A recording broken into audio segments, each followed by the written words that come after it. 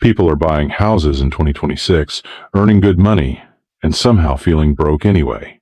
And it is not because they got scammed. It is not because they are irresponsible. It is because the math changed, and most people are still using the old equation. Here's the new math in plain English. In a lot of places, buying does not replace rent anymore. Buying replaces flexibility, not emotionally, literally, month to month. Nationally, the median existing home price in November 2025 was $409,200. Freddie Mac's weekly survey put the average 30-year fixed mortgage rate at 6.15% as of the 31st of December 2025. And Zillow's typical U.S. asking rent in November 2025 was about $1,925.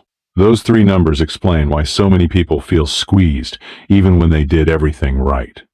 So, if you have been asking, should I rent or buy in 2026? This is going to give you clarity with real numbers and real trade-offs. And stick with me until the end, because I am going to give you one simple rule that instantly tells you when buying is likely to feel light and when it is likely to feel heavy. If you are new here, this channel is for people who take money seriously, especially high-income earners and entrepreneurs who want margin, options, and fewer financial traps. Today we are doing rent versus buy in 2026. And the new math most people ignore. We are going to do this in 4 moves. First, why the math changed. Second, the full cost of owning, including the stuff that never shows up on the mortgage calculator. Third, how to think about break-even so you stop guessing. Fourth, a decision framework that makes this obvious instead of stressful. Let's start with the thing that messes people up before they even open a calculator. The biggest lie in rent versus buy. Most people argue rent versus buy like it is a moral debate. Renting is wasting money. Buying is building wealth. That story used to work because the environment supported it. Rates fell for decades, housing was cheaper relative to income, and careers were stable enough that staying put for a long time was normal. In that world, buying early often worked as forced savings. Your mortgage replaced rent and appreciation did the rest. But in 2026, that story can wreck you if you follow it blindly, because the correct question is not, which one is better? The correct question is, what are you actually buying when you buy? You are buying a fixed cost structure, a big one that does not care if you have a slow quarter, a surprise expense, a job change, or a business dip. And whether that fixed cost structure helps you or harms you depends on your timeline, your stability, and the gap between renting and owning in your market. So the goal is not to be a homeowner. The goal is to make the decision that gives you the most freedom per dollar. Now let's talk about why the math changed. The 3 shifts that changed everything. Rent versus buy in 2026 feels harder because 3 big shifts are stacked on top of each other. Shift 1. Prices are still high. The median existing home price in November 2025 was $409,200. Shift 2. Rates are still high compared to the 2010 seconds. Freddie Mac had the average 30-year fixed rate at 6.15% on the 31st of December 2025. Shift 3. The cost stack is louder now. Taxes, insurance, maintenance, repairs, transaction costs. These always existed, but they hurt more when the payment is already heavy. So, here's what that means. When prices are high and rates are high, buying is no longer just rent, but you build equity. Buying becomes a leveraged bet that 3 things go your way. You stay long enough to outrun transaction costs. Your income stays stable enough to carry fixed costs. And the market does not punish your timing. You do not need fear to make a good decision here. You just need a real cost model. So let's build one. The ownership payment most people never calculate. Most people compare rent to principal and interest. That is not rent versus buy. That is rent versus a single line item. Owning has a whole stack. And in 2026, that stack is where people get surprised. Here is the real cost stack you need to price. Principal and interest, property taxes, homeowner's insurance, mortgage insurance if you put less down, HOA fees, if you have them, maintenance and repairs, big capital expenses over time like roof, HVAC, appliances, opportunity cost of your cash, transaction costs when you sell. Now let's anchor this with a clean national example using the national reference points we already pulled. Example, just to illustrate the mechanics. Home price, $409,200 November, 2025. Median. Down payment, 20%. Mortgage rate, 6.15%. The 31st of December 2025. Term 30 years. On that setup, your principal and interest lands around $2,000 a month, give or take, depending on exact timing and rounding. Now the part that creates the why do I feel broke moment. The rest. Property taxes vary by location. So I am not going to feed you a fake national number and pretend it applies to you. The point is, they can be meaningful. And they do not stop just because your mortgage is already high. Insurance is also highly location dependent and it has been rising in many areas. And then there is maintenance. A common rule of thumb is to budget 1% to 4% of your home's value per year for maintenance, repairs, and replacements, depending on age and condition. On a roughly $409,200 home, 1% is about $4,092 per year, or about $341 per month. At 3%, it is about $1,023 per month. At 4%, it is about $1,364 per month. Do you spend that every month? No. That is the point. It shows up in chunks, and chunks are what break budgets. So if you ever wondered how someone can own a nice house and still feel tight, here's how. They priced the mortgage, but they did not price the ownership stack. Now, none of this means buying is bad. It means the decision must be run like a real decision. Total cost over time. And that brings us to the concept that makes rent versus buy clean. Break even. Break even is the only question that matters. In 2026, rent versus buy basically comes down to one question. How long will you stay? And where is your break-even point? Break-even is the moment when owning becomes cheaper than renting after you include the real costs. If you leave before break-even, buying can be a financial faceplant, even if the house goes up a little. If you stay long after break-even, buying can be a strong wealth amplifier. Here is why break-even matters more now. Buying has big entry friction. Closing costs typically range 2% to 5% of the purchase price, not including your down payment. So on a $400,000 home, you might spend $8,000 to $20,000 just to close, plus your down payment. That money is not equity. It is the cover charge. Then you sell one day, and you have friction again. So break-even is rarely a year or two. It is usually several years, and it can be longer when the monthly cost of owning is meaningfully higher than renting. And here's another reason break-even matters in 2026. A lot of forecasts are calling for modest appreciation, not a guaranteed rocket ride. Some outlooks have projected around 1.2% U.S. home value growth in 2026. And other economist outlooks have described price growth as minimal, roughly 2% to 3%. Different forecasters will always disagree on exact numbers. The theme is what matters.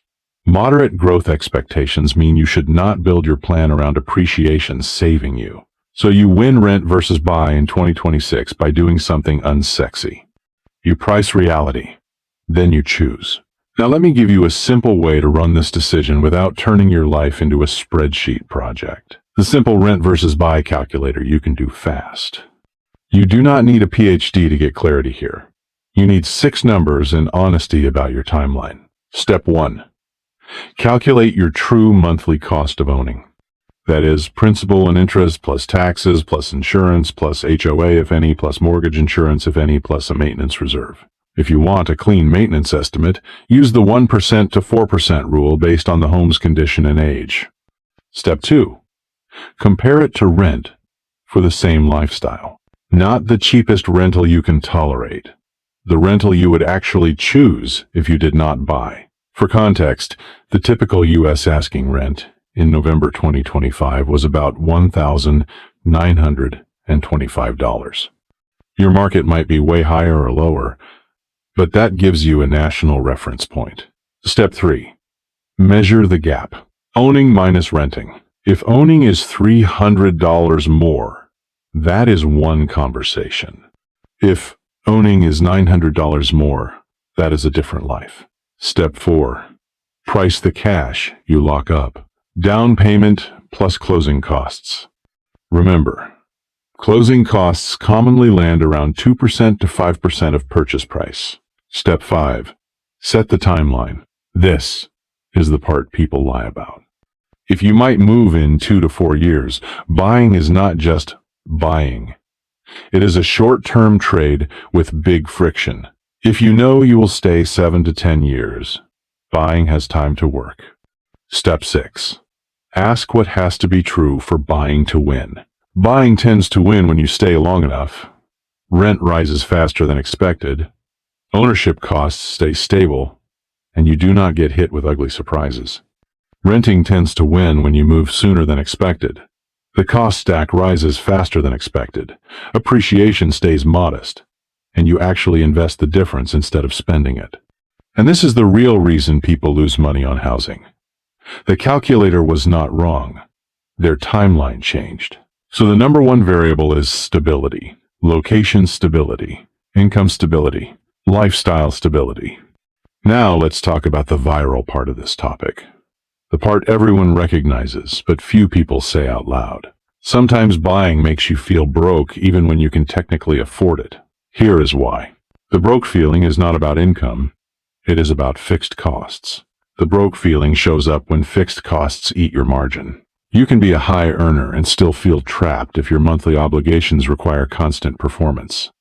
And 2026 makes that more likely because the starting payment is heavier. Plus, the stress costs are not just theoretical. The housing system has real pressure on both renters and owners.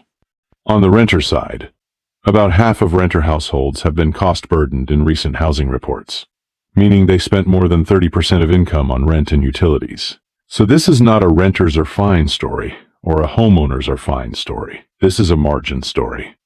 And margin is not a vibe. Margin is math. Now let's get specific about the 2026 drivers that change the decision. The new math drivers in 2026. Driver 1. Mortgage rates are still meaningfully higher than the last decade baseline. The average 30-year fixed rate was 6.15% at the end of 2025. Even small rate changes matter because they hit your payment every month for decades. Driver 2. Appreciation. Expectations are modest in many outlooks. Some forecasts have put 2026 home value growth around 1.2%, while other economist outlooks have framed price growth as minimal, roughly 2% to 3%. Modest appreciation means you cannot count on equity building fast enough to offset a stretched payment if you need to move. Driver 3. Income growth exists, but it is not automatically rescuing affordability. Median household income in 2024 was reported around $83,730, and wage growth measures showed mid-single-digit increases over 2025, with smaller inflation-adjusted gains. Driver 4. In many big metros, renting has been cheaper than buying. One widely cited 2025 analysis found renting was cheaper than buying across the 50 largest U.S. metros, and cited an average mortgage payment around 38% higher than average rent in that comparison. That does not mean renting is always cheaper everywhere in 2026. It means you cannot assume buying is cheaper monthly anymore. You must check. Driver 5. The cost stack risk is real. Closing costs are often 2% to 5%. Maintenance budgeting can be 1% to 4% annually. Insurance and taxes can climb and create real pressure over time. Driver 6. Liquidity matters more in an uncertain world. Buying converts liquid cash into home equity. Equity can be useful, but it is not the same as cash you can deploy instantly, without friction. If your income is uneven, liquidity is not a luxury. It is stability. Now let's make this feel real with 3 profiles, because the correct answer is not the same for everyone. 3 profiles. 3 correct answers. Profile 1. The stable builder. You plan to stay in the same place 7 to 10 years. Your income is predictable. Your down payment does not drain you. Your emergency fund is still healthy after closing. The monthly cost is easy, not heroic. For this person, buying can absolutely make sense in 2026. It aligns with stability, timeline, and cash reserves. The payment supports your life instead of dominating it. Profile 2. The high-income mover. You earn well, but your life changes fast. New job opportunities, new cities, a relationship change. You upgrade your lifestyle quickly. You are not locked into one location. For this person, buying can be a trap in 2026. Not because you cannot afford it, but because short timelines plus transaction costs plus a higher ownership stack can erase the equity story fast, especially in a modest appreciation environment. This is where people feel broke, not bankrupt, just stuck. Profile 3. The entrepreneur with uneven income. Some months are huge. Some months are quiet. You need cash as fuel for growth. For this person, buying can be great, but only after you cross a liquidity threshold. If you lock too much cash into a down payment and closing costs, you choke your own engine. Sometimes the smartest move is renting where flexibility matters and investing elsewhere until the payment is small relative to cash flow and reserves are strong. Now we need to kill one more myth, because it tricks smart people into bad timing. The equity myth. People treat equity like proof they are winning. But equity is not the same as wealth. Equity is a number. Wealth is what your assets allow you to do. If you have equity but no margin, your life is constrained. And in 2026, it is easy to become equity rich and cash stressed because the entry costs and ownership stack are heavy. Closing costs commonly range 2% to 5%. Maintenance budgeting can be 1% to 4% of value per year. Insurance and tax pressures can rise over time, so equity is not free. It comes with obligations, risk, and time. And time is the key word. If you do not stay long enough, equity does not have enough time to become the hero of the story. Now let's make the decision simple. The 2026 rent versus buy decision checklist. Here's the checklist. Question 1. Timeline. Can you realistically stay put? At least 5 to 7 years. If you are unsure, renting often protects you from transaction cost risk. Question 2. Payment comfort. If income dropped 20% for 6 months, would the housing costs still feel easy? Not survivable. Easy. Question 3. Liquidity after closing. After down payment and closing costs. Do you still have a strong emergency fund and extra cash? Remember, closing costs are commonly 2% to 5% of purchase price. Question 4. The gap. How much more does owning cost than renting for the same lifestyle? If owning is a little more, fine. If owning is massively more, your timeline must be long, and your reserves must be strong. Question 5. The risk stack in your area. Is your local insurance and tax environment stable or volatile? Then add maintenance. A solid rule of thumb is 1% to 4% of home value annually. If surprises would knock you off balance, the answer is not never buy. The answer is not yet. Now, here is the rule that makes buying feel light. The rule that makes buying feel light. Buying tends to feel light when 3 things are true. Your timeline is long. Your payment is easy. You keep liquidity. If any one of those is missing, buying can still work, but it often feels heavy, because what you are really buying is a fixed cost structure. And if that fixed cost structure steals your margin, you will feel broke even when you are doing well. So the new rent versus buy math in 2026 is not rent is throwing money away. The new math is do not trade your options for an address unless the numbers support the trade. If you want a quick gut check, take 4 numbers: your rent, the home price you want, your down payment, and how long you would stay. Then run the stack honestly. Mortgage, taxes, insurance, maintenance, and closing costs. If it looks supportive, great, buy from strength. If it looks tight, that is not failure. That is information. That is you avoiding the most common trap in 2026. Locking in too early and calling it stability.